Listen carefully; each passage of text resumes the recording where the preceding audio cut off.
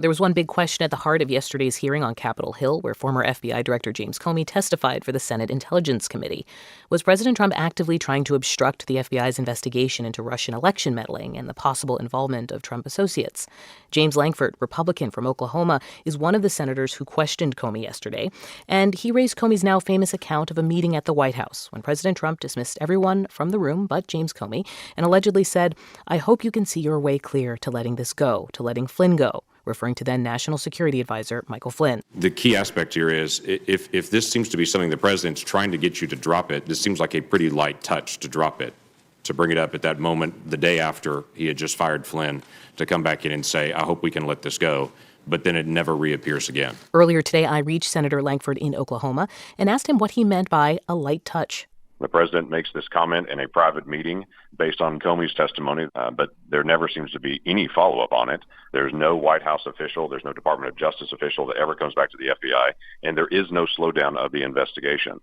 So this light touch comment from me was, if this is him trying to obstruct justice, it's a pretty weak way for him to do it, to make one offhand comment in private and then never have any other action that's taken. At the same time, the president has everyone leave the room, including Comey's boss, the Attorney General Jeff Sessions, and Jared Kushner, whom the president ostensibly trusts.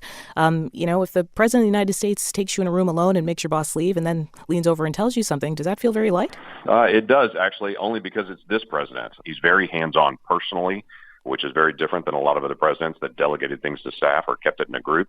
He seems to have no problem with doing things one-on-one. And, of course, then there's the firing itself, with the president telling NBC, I decided to do it. I said to myself, this Russia thing with Trump and Russia is a made-up story. You don't see a tie there.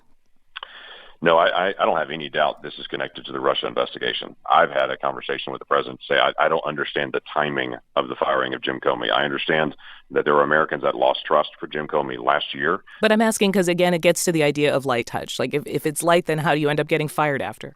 No, I would agree on that. Here's the issue. Jim Comey even said he believes it's part of the Russia investigation, but trying to figure out what part it is. Even in Comey's testimony, when you read about a president very frustrated that Comey will tell the president in private, "You're not part of the investigation," but in public will never say that. And the president keeps trying to get Comey or someone to say, "We're not under investigation," but that part never gets leaked out.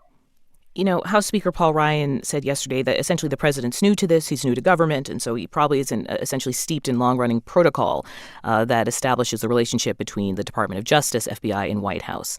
Do you agree with this idea and that that's acceptable for a president, especially a president with some experienced staff? Yeah, I don't think it's acceptable to ever get into a situation where you put some of your staff in an uncomfortable moment. So I do think that is inappropriate to put him in that spot. But I also agree this is a president that's steeped in New York City politics, but not actually in how things actually function in the chain of command in Washington, D.C.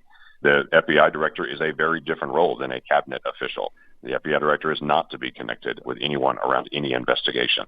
When you are and your staff around you are somehow under a cloud, you don't interact with the FBI director one-on-one. Whether it's illegal or not is an entirely different issue, but it's certainly inappropriate. Senator, before I let you go, you've stressed repeatedly here that you do believe some of this behavior by the president was inappropriate.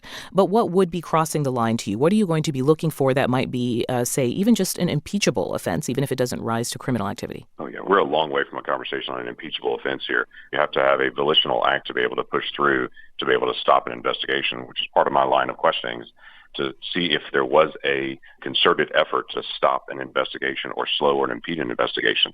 So it was clear the investigation did not slow. It was also clear from his statements that the president made to Jim Comey to continue on with his investigation, and if there's any person connected to his campaign, they should be under investigation.